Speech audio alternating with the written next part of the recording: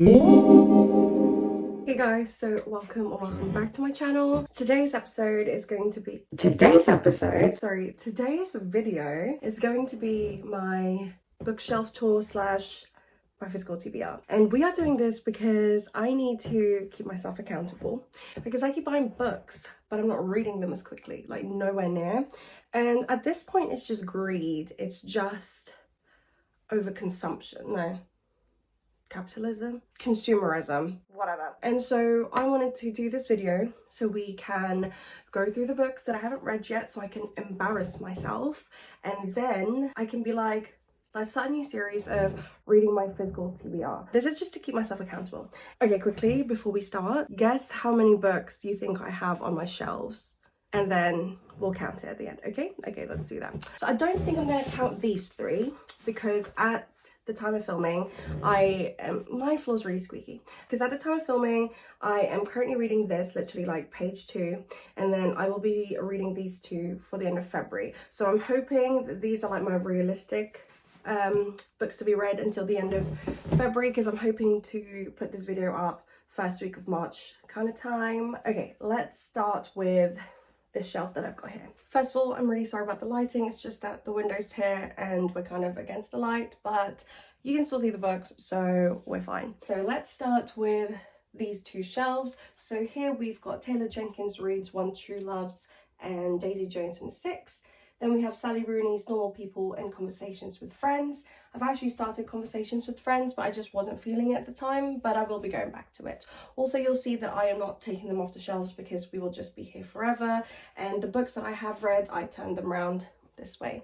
And that just goes to show that I have so many books that I still need to read, because you can't even tell that there's even books like that because they just don't stick out.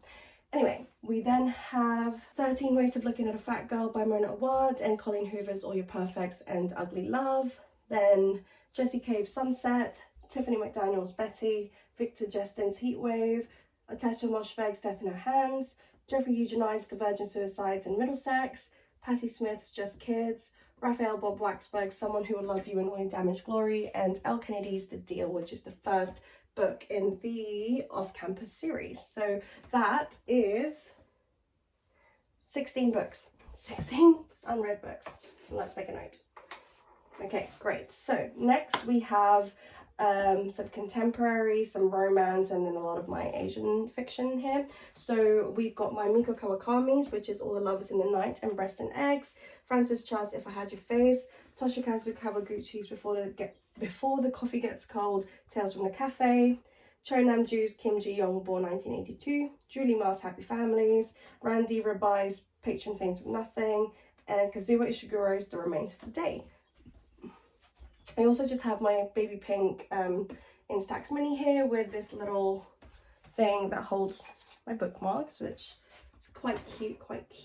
Okay, and then we have Coco Mallore's Cleopatra and Frankenstein, Julia May Jones's Vladimir, and then this is just like a little Rupi Kaur's like journal thing for writing. Okay, and then we have Sayaka Murata's Life Ceremony and Earthlings, Dustin Thau's You've Reached Sam, Elle Kennedy's Good Girl Complex, Emily Henry's You and Me on Vacation and Beach Read, Tessa Bailey's It Happened One Summer, Meg Mason's Sorrow and Bliss, and then Lisa Tadeo's Three Women and Ghost Lover. So that's these, and that has 20 books. Let's move on. So then we have these next two shelves, which has kind of weirder books, contemporaries, and then just your regular romance / contemporary fictions. So we have Nadia Spiegelman's I'm Supposed to Protect You from All of This, Avni Doshi's Burnt Sugar, Carly Fortune's Every Summer After, Lucy Score's Things We Never Got Over, Monica Murphy's A Million Kisses in Your Lifetime, Percival Everett's The Trees, Hazel Hayes' Out of Love, Douglas Stewart's Shuggy Bane, Kate Reid Petty's True Story, Candice Carty-Williams' Notting Hill Carnival, A West Side Story, Lily King's 5 Tuesday in Winter, Britt Bennett's The Vanishing Half, Kylie Reid's Such a Fun Age, and then Bethan Roberts' My Policeman. Then for my weird books, kind of a little bit dystopian, but most for the most part, these are my weird books. I've got Marieke Lucas Reinveld's The Discomfort of Evening, Rachel Yoder's Night Bitch, Bora Chung, Cursed Bunny, Jessamine Chan's The School for Good Mothers, Lydia Millet's Everyone's Pretty Soft Skull. Oh my god, is that what it's called? I used to think it was just called Everyone's Pretty. Chelsea G. Summers' A Certain Hunger, Mariana Enriquez' The Dangers of Smoking in Bed, and Missouri Williams' The Deloriad. So that's that one. And we got 22 in this one. 22 books. It keeps getting worse, right? 2, 4, 6, 8, 10, 14, 16, 18, 20. I wasn't mistaken. Moving on to this shelf, we now have my Dark Academias, fantasy, mystery, and dystopians. So we have my Margaret Atwoods, we have The Year of the Flood, The Blind Assassin, and The Handmaid's Tale. We have Kathleen Glasgow's Girl in Pieces, Holly Jackson's A Good Girl's Guide to Murder, Good Girl, Bad Blood, and As Good as Dead, The Goldfinch by Donna Tartt, Emil Rios' If We Were Villains, Leigh Bardugo's Ninth House, and Olivia Blake's The Atlas Six. Then we have the first 2 books of the Shatter Me series by Tahira Murphy, which is Shatter Me and Unravel Me. Then we have Madeline Miller's Circe, Susanna Clarke's Piranesi, A.K. Blakemore's The Man in True Witches, Erin Morgenstern's The Night Circus, Christina Dolce's Vox, Maggie O'Farrell's Hamnet, Sylvia Moreno Garcia's Mexican Gothic, and then Agatha Christie's Death on the Nile, and Unsu Kim's The Plotters. So this has 22 books. Cool. Okay, we are on the ground. First of all, we can ignore all these ones because these are for my blind date with a book Etsy business, so feel free to check the link down below.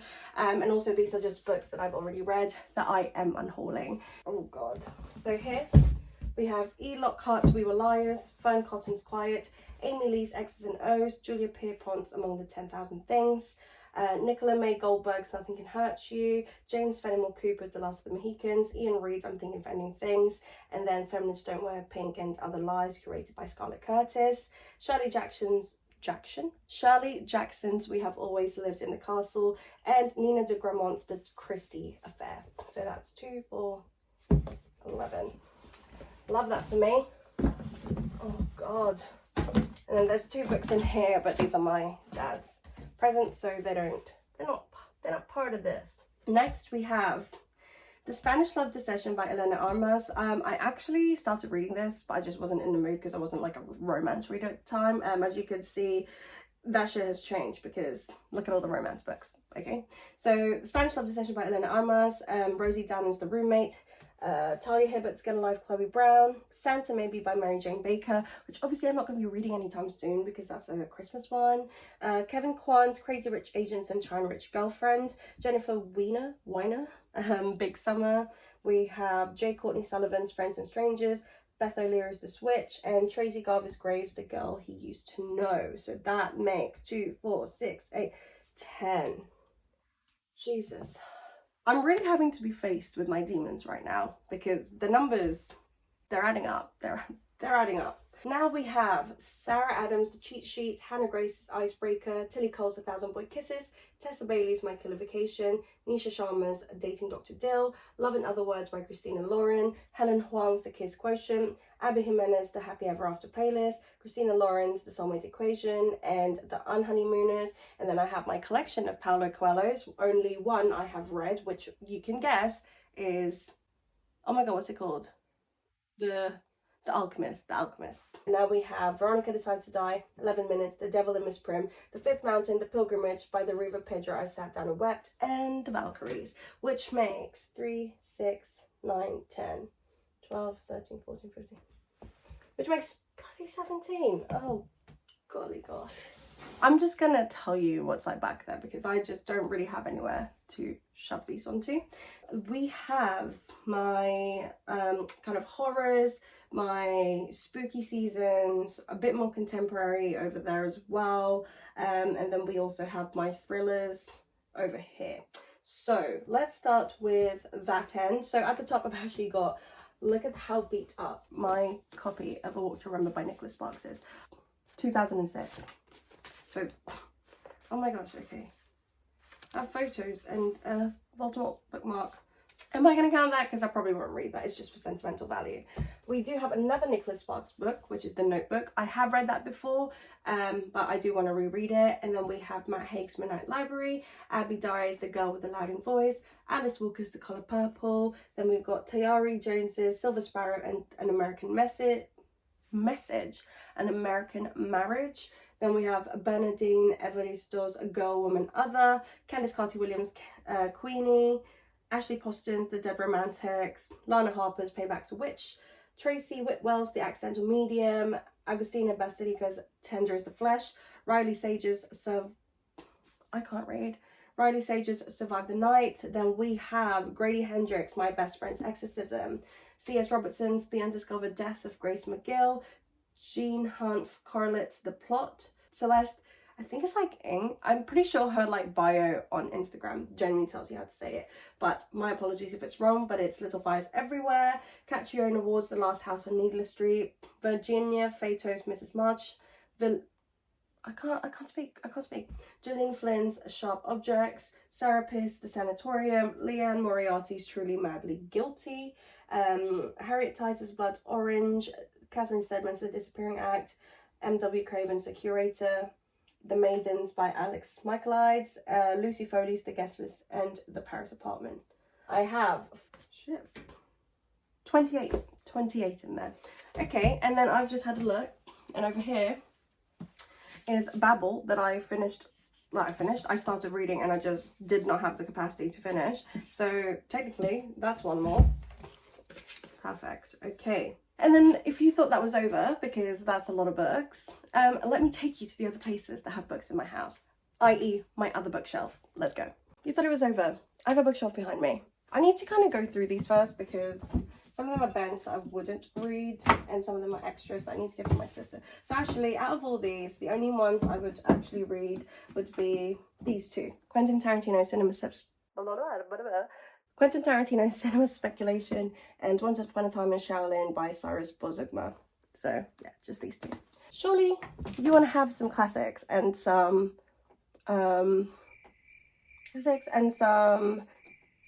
non-fictions, right? Where are they? Well, here they are. We have Mary Shelley's Frankenstein, Jane Austen's Pride and Prejudice, F. Scott Fitzgerald's The Great Gatsby, Hubert Selby Jr.'s Requiem for a Dream, Patrick Süskind's Perfume, John Steinbeck's Of Mice and Men, which I have read, but I'm not going to bother spinning that round, J.L. Carr's A Month in the Country, Noam Chomsky's How the World Works, Hallie Rubenhold's The Five, Oliver Bullough, Moneyland, Phil Knight's Shoe Dog, Jordana Levin's Make It Happen, which I was halfway through and then I just forgot about, so I'm going to have to read that from the very beginning. James A. Caster's Perfect Sound Whatever, Louis Theroux's Gotta Get Through This, Akala's Natives, and then I have two Jose Rizal books, which is El Filibusterismo and Noli Me Tangere, which is in Tagalog, I'm pretty sure, so I'm pretty sure it is in Tagalog, but I will be reading those just because I wanted to read something that would kind of strengthen my knowledge about like just any sort of Filipino thing, like Filipino culture.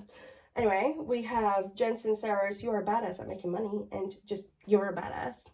And then we have Noam Chomsky's Global Discontents, Rennie Edo-Lodge's Why I'm No Longer Talking to White People About Race, Stephen Hawking's Brief Answers to the Big Questions, Marie Kondo's The Life-Changing Magic of Tidying, which I have read, and Paul Beatty's The Sellout. So that's there. We only have one more shelf, to be fair. So Ben really likes this artist. I can't remember what he's called. Hasworld, and we think he's really cool. So Ben's like slowly collecting some of his work. But this is a collaboration by me and Ben, where we did SpongeBob characters. Down here we have more historical fiction and classics. We have A Thousand Splendid Suns by Khaled Hosseini, Marcus Zusak's The Book Thief, Grimm's Fairy Tale by Jacob and William Grimm, Oscar Wilde's The Picture of Dorian Gray, Robert Louis Stevenson's Treasure Island, Mark Twain's The Adventures of Tom Sawyer, M.R. James's Ghost Stories. I was really close to the camera, right? Okay, Jasper Ford's The Closet Rabbit, again, one that is Ben's, but I want to read. Same with this, Set My Heart to Fire by Simon Stevenson, Elif Shafak's The Island of Missing Trees, Heather Morris's The Tours of Auschwitz, Anthony Doe's All the Light That We Cannot See, Christy Leftery's The Beekeeper of Aleppo, V.S. Naples In a Free State, Kristen Hanna's The Nightingale, and Catherine Stockett's The Help. Angela Carter's The Bloody Chamber. I am actually halfway through this, and then I just didn't want to finish it. And we DNF books, okay? If we're not enjoying it, we DNF them because life's too short. We can always get back to them. William Golding's Lord of the Flies, Louisa May Alcott's Little Women and Good Wives, another edition of Oscar Wilde's The Picture of Dorian Gray, Bram Stoker's Dracula, Vladimir Nabokov's Lolita, George Orwell's 1984, To Kill a Mockingbird by Harper Lee, Virginia Woolf's Orlando, Mark Twain, The Adventures of Huckleberry Finn, and then another George Orwell, Animal Farm. So that's my second bookshelf. If you think I'm over, I'm not, because I have more. In the bedroom, we have just a couple of stacks of hardcovers, but nevertheless, they must be included, right? So we have Sylvia Plath's The Bell Jar, Dolly Alderton's Ghosts, Taylor Jenkins Reid's Malibu Rising, Emma Straub's All Adults Here, and Hanya Yanagihara's To Paradise, which I'm too petrified to touch because of size and content.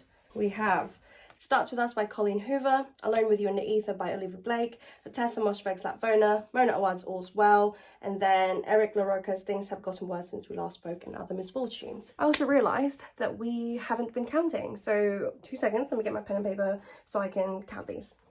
There was 50. There was 50 in there. Cool. Okay, and then and then last but not least, I just had some books in like my TBR crate that I just haven't touched at the moment. So let me show you.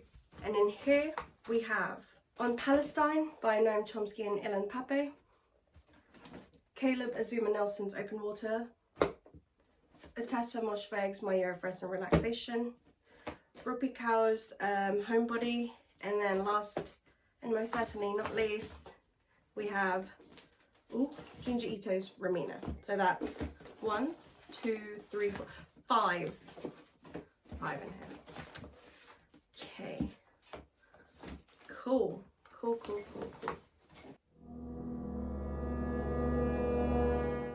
Okay, now I'm triple checking it. If I tell myself that I need to buy another book, I need to remember that I have 212 books that need to be read at home. My physical TBR is 212 books. So guys, this was part 1 of my reading my physical TBR series that we will be doing, and wish me luck. I should be on a book buying ban. I need to be in a book buying ban. Guys, I'm on a book buying ban. Okay guys, well, I hope you guys enjoyed today's video. I did. Did I?